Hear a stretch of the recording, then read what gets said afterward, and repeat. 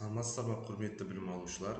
Мен Мамадалиев Санжар Талибжанович, арнайы педагогика кафедрасының оқытушысы.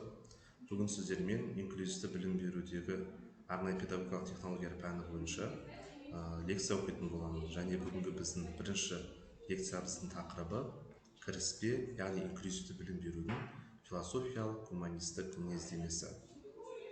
Жалпы жоспар туралы айтатын болсам, инклюзивті білім берудің философиялық гуманистік мінездемесі, инклюзивті білім берудің маңызы, инклюзивті білім берудің идеологиясы, ерекше білім беруге қажеттілігі бар тұлғаларға қоғамдық қарым-қатынас модельдері туралы бүгін сіздермен ой бөлісетін боламын. Инклюзивті білім беру қоғамның әрбір мүшесінің тең құқықтары мен мүмкіндіктерін қамтамасыз етуді көздейтін философиялық гуманистік көзқарастарға негізделген оқыту жүйесі. Бұл жүйе барлық балаларға, соның ішінде ерекше білім беруді қажет ететін балаларға сапалы білім алу мүмкіндігін беруге бағытталған. Философиялық гуманистік негіздемесі бойынша адам құқықтары мен теңдік, яғни инклюзивті білім беру балалардың нәсіліне, жынысына, әлеуметтік жағдайына, физикалық немесе интеллектуалдық мүмкіндіктеріне қарамастан, олардың құқықтары мен қадір-қасиетінің сақталуын талап етеді. Бұл философия әр адамның бірегейлігін мойындап, оның қоғамға қосар үлесін бағалауға негізделген болып табылады. Әлеуметтік әділеттілік әр балаға білім беру процесіне қатысуға мүмкіндік беру арқылы инклюзивті білім беру теңдік пен әділеттікке бағытталған. Бұл тұрғыда инклюзия әлеуметтік теңсіздікті жоюға және білім беру жүйесіндегі әртүрлілікті қолдауға ықпал етеді. Қоғамның біртұтастығы, инклюзивті білім беру барлық балалардың бір мектепте оқып, бірге білім алуына мүмкіндік береді.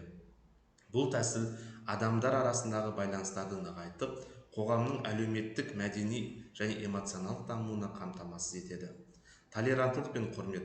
Инклюзивті білім беру процесінде білім алушылар басқаларды қабылдау, түсіну және құрметтеуге үйренеді. Олар әртүрлілікке толерантты болып, өзгелердің жеке ерекшеліктерін құрметтеуді үйренеді. Жеке қажеттіліктерді ескеру. Гуманистік көзқарасқа сәйкес, инклюзивті білім беру әр баланың жеке қажеттіліктерін ескеріп, оларға арнайы әдіс-тәсілдер мен ресурстар ұсынуды талап етеді. Бұл балалардың өз әлеуетін толық іске асыруына және білім алу барысында өздерінің сенімді сезінуіне жағдай жасайды. Инклюзивті білім берудің маңызы бұл барлық балалардың, соның ішінде ерекше қажеттіліктері бар балалардың да білім алу құқығын қамтамасыз ететін процесс. Инклюзивті білім берудің маңыздылығы бірнеше аспектілерден көрінеді. Әлеуметтік интеграция, яғни балалардың қоғамға толыққанды қатысуына мүмкіндік береді. Теңдік пен әділеттілік барлық балаларға бірдей мүмкіндік жасайды, кемсітушілікті болдырмайды. Мұғалімдердің дамуы, мұғалімдердің оқыту әдістерін жетілдіреді, кәсіби өсуіне ықпал етеді. Эмоционалдық даму балаларды қолдау мен достықты сезініп, сенімділігін арттырады. Инклюзивті білім берудің идеологиясы әрбір баланың білім алуға теңдік құқығын қамтамасыз етуге негізделген болып табылады. Бұл идеология қоғамдағы әртүрлілікті мойындау мен қабылдауды, әр баланың ерекшелігін құрметтеуді және қолдауды әзірлейді.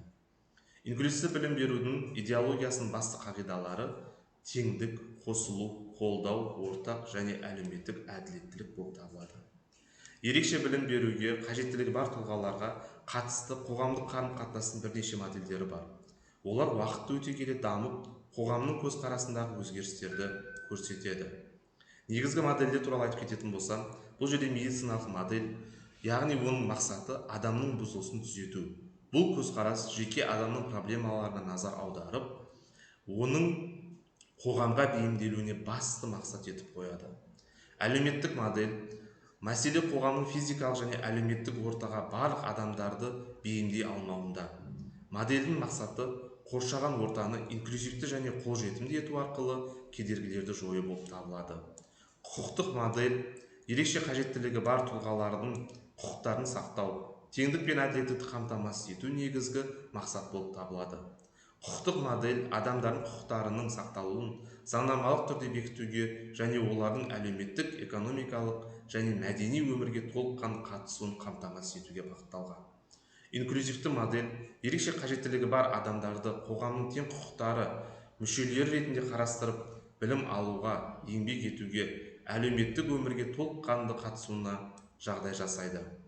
Қоғамдық қарым-қатынас модельдері туралы айтатын болсам, ерекше білім беруге Осы модельдер ерекше қажеттілігі бар тұлғаларға деген қоғамның көзқарасының өзгеруін және олардың әлеуметтік қатынасқа тартылуын деңгейін көрсетеді. Қажеттілігі бар тұлғаларға арналған модель, әлеуметтік және инклюзивті модельдер қазіргі заманда ең прогрессивті және тиімді болып есептеледі.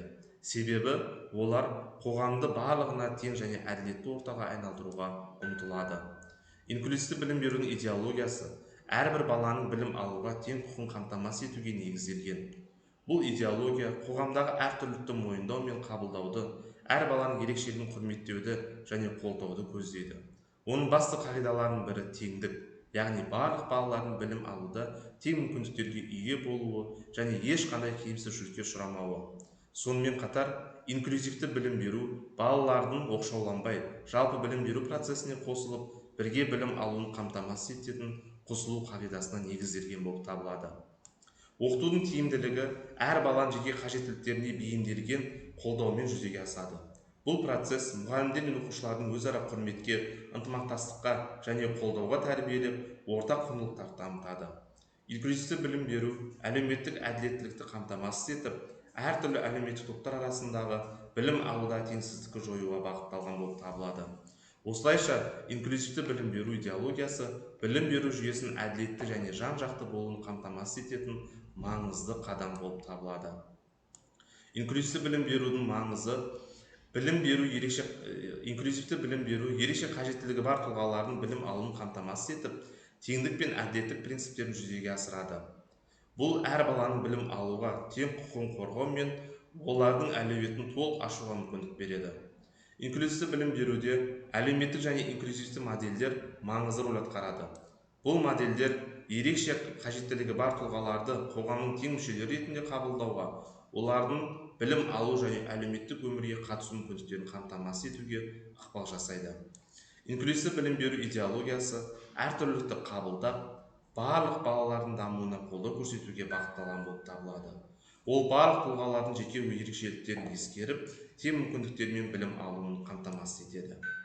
Қорытындылайтын болсақ, инклюзивті білім беру ерекше қажеттіліктері бар тұлғаларға тең мүмкіндіктер мен қолдау көрсету арқылы қоғамдағы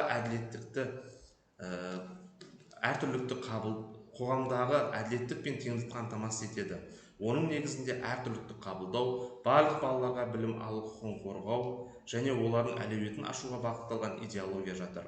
Инклюзивті және әлеуметтік модельдер қоғамды ашық әрі әділетті етуге ықпал етеді. Назарларыңыз үшін рахмет.